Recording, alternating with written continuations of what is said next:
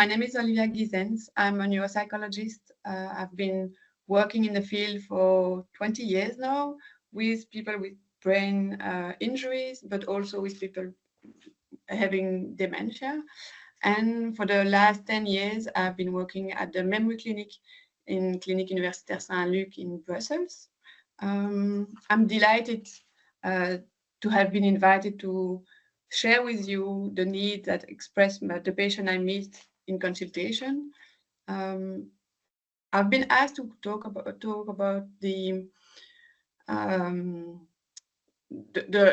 my reality, so it won't be a whole overview of all the needs that have been addressed, but I choose 3 of them that I think that are very interesting.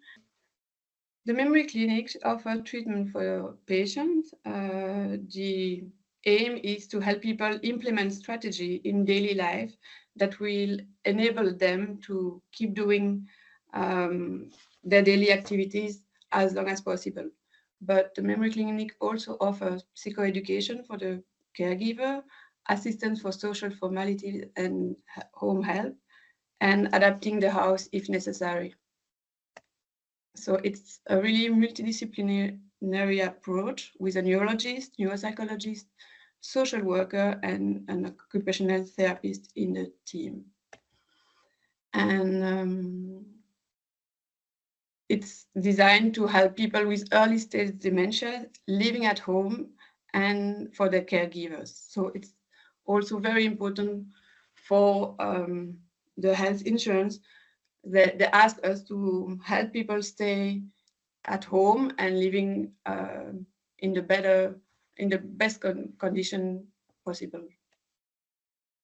So what is the cognitive rehabilitation? It is a program that focuses on being able to do your daily activities, like your grocery, your paying your bills, like I will talk about later.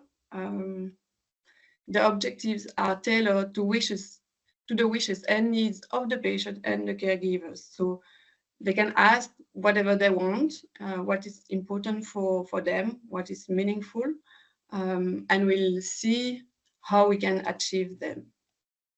So it could be the use of a calendar to be able to stay well-oriented, time-oriented.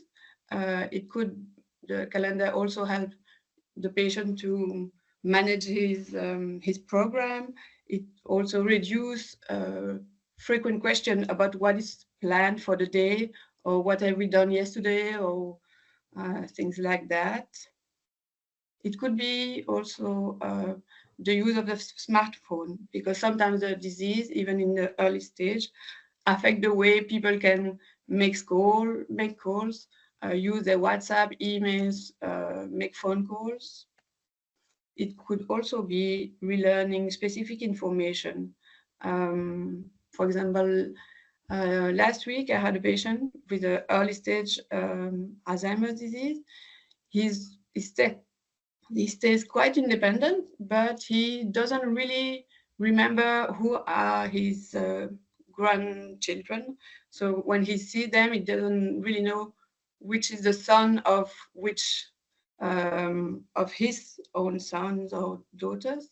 So we discussed that was an important thing for him, that being able to know when one of his grandchildren comes at home, to remember which one is it. And so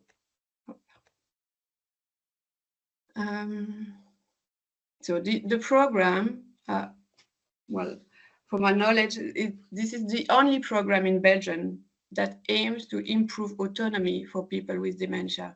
There are other type of intervention, but the memory clinic is the only one that offers so many services at the same place. It's also important to know that for the memory clinic, it's not only about living with the disease. So it's not only having information about what is the disease and how to behave with the patient, but it's also what we can do at the early stage that will maintain over time. For example, if you have a new calendar that you can use, well, the expectation is that if you start at the early stage of the disease, you'll be able to maintain that over time. But if you wait until you are completely disoriented, it won't be possible to go back and change your habits.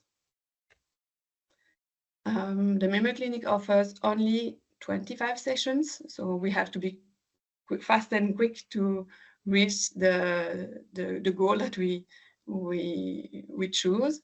It's 1 hour per session, and for people under 65 years, they can have 35 sessions. In Saint-Luc, so there are 12 memory clinics working like that in Belgium, and I'm going to talk to you about how we do it in Saint-Luc. So we accept all kind of patients, all ages, from, I think the youngest was 40 years old, and I don't know, the oldest one. All etiology, all pathology are accepted. It's not only Alzheimer's disease, even though the research often focus only on Alzheimer's disease. We accept people living alone or people having a caregiver who live with them, which is a challenge because when you have to take care of people who forget, who are not completely reliable, it's a real challenge for us to help them in daily life. But that's also real life. Like, no, not everyone has a partner or kids that are often available. And we accept people with anosognosia. I don't know if you're all familiar with that, but anosognosia is the fact that people doesn't feel sick. They don't realize that they have difficulties. So often they don't really see the interest of changing the way they do things because they're not sick, according to them. So we have several techniques. We can use facilitation to help them keep doing the activities. We can relearn specific information or skills, like I said, for the patient who wanted to relearn what are the name of his grandchildren and who are there in the family, what's the position, and so on. We can use external aids like AirTag. Maybe you use it as well for yourself. Structuring in environment can also help, and we provide also preventive intervention and help people to directly adapt their way of life to be able to live as long as possible in the better condition. That's when I prepared my presentation, that was something that came to mind. It's everything can be asked, but not everything can be accomplished. So I'm always happy to hear anything that is important for my patient, but I'm not always sure that I can achieve all the goals that they set. That's why it's important to know what are the cognitive abilities that are still working and functioning correctly. Because I'm a neuropsychologist, so of course I find that very important. Here is the first case I want to talk to you about. Is a woman living alone. She is 86 years old. She has a progressive primary aphasia.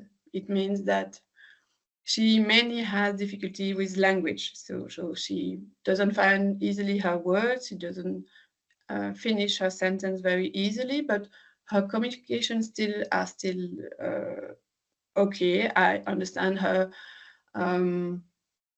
Even though she doesn't finish her sentence, I understand what she means. Her MMSE is 24 out of 30. She doesn't have only language difficulties. She has also memory problems and attention problem. For instance, I know that sometimes she goes visit a friend, and now I know that the friend has to go on the way to find her, to help her to find the way to the house, because she get lost in the when she go visit her. But she still drives her car. She do groceries. She swim 5 times a week. At 86 years old, is not bad at all, I think. So she is very independent. But what is the goal that she asked me to reach is she has difficulty paying her bills with the computer. So she was able to do it, but it's become difficult. Why is that important? It is because she doesn't own a flat. The flat is shared between her brothers and sisters and herself.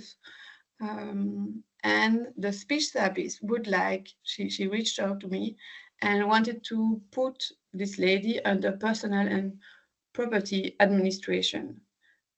So the question was, is she able to stay at home and learn to pay her bill?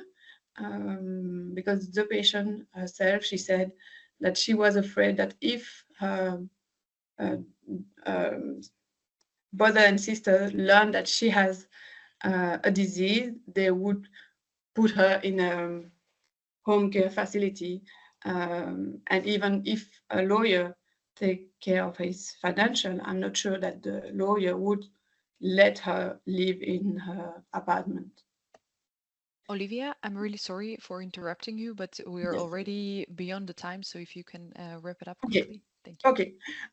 So here is what I want to show you.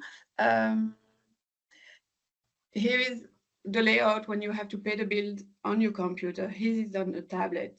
If you see here, you have 5 steps with 2 devices to use. Here you have only 3. This is much more easy on the tablet than on the computer. But she has the habit of using the computer, so it's much more difficult to use to learn a new tool. That was one of my challenge. So this leads me to my first statement is using digital tools is a challenge when getting older and even more when experiencing cognitive disabilities. Second patient, be very quick. He has frontal temporal dementia with a lot of impact on his behavior. But he drives his car, he cooks, he's volunteer in a non-profit organization. He successfully managed to invest an investment portfolio, but I will say that he broke his wrist because he fell in the stairs because he didn't turn on the light. He can enter ladies' restroom and doesn't realize that it's a problem. He got well, maybe I'll go pass some of it. He lost 2,500 euro due to scams because someone called him saying he won something and he thought it was real. He doesn't feel sick. He only complains that his wife watches over him too much and that they argue. And his wife is fear for his safety when alone because he can burn things. She's afraid that something dangerous could happen, and she'd like him to have a calendar so that she doesn't have to watch over him so much. This patient, well, I was a bit too quick on that, but it's difficult to encourage independence and ensure safety at the same time. So with that patient, the difficulty is how many things do we let him do, and well, and is it safe? And that leads us to a similar situation. We often ask ourselves, how long do we let them drive the car? How long can people with gastro continue to live at home safely if they are alone? How long do we let people with memory problem manage their medication? And my third case was social isolation. Cognitive disabilities always lead to social isolation because people forget to go to the activities, doesn't have the initiative, or they lose their ability to drive, but they need contact. Remember, during COVID, for the kind of containment, was it a good or a bad experience for you? I suppose it was not only a good experience. It's the same for the patient, and the patients need activities, and the caregiver needs a moment to rest. So my third statement was that social isolation is always a concern when facing cognitive disabilities.